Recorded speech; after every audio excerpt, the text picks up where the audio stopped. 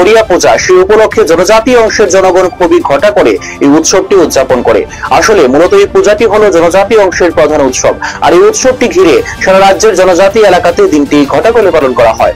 রাজ্যে নতুন সরকার প্রতিষ্ঠিত হওয়ার পর শহর কেন্দ্রিক বিভিন্ন এলাকাতে রাষ্ট্রীয় স্বয়ংসেবক সংঘের পক্ষ থেকে খোয়াইয়ের শ্রীনাথ বিদ্যানিকেতন স্কুলের মাঠে ঘটা করে গড়িয়া উৎসব পালন করা হয়।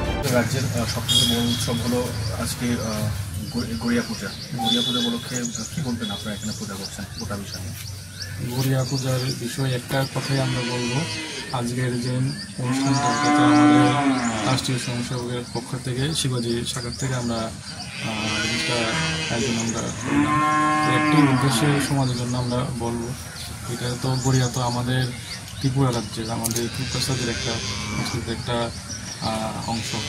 তো আজকে আমরা আমাদের এই শিবাজি শাখাতে আমরা জাতি বর্ণ নির্বিশেষে আমরা সবাই মিলে জিনিসটা আমরা আয়োজন করলাম।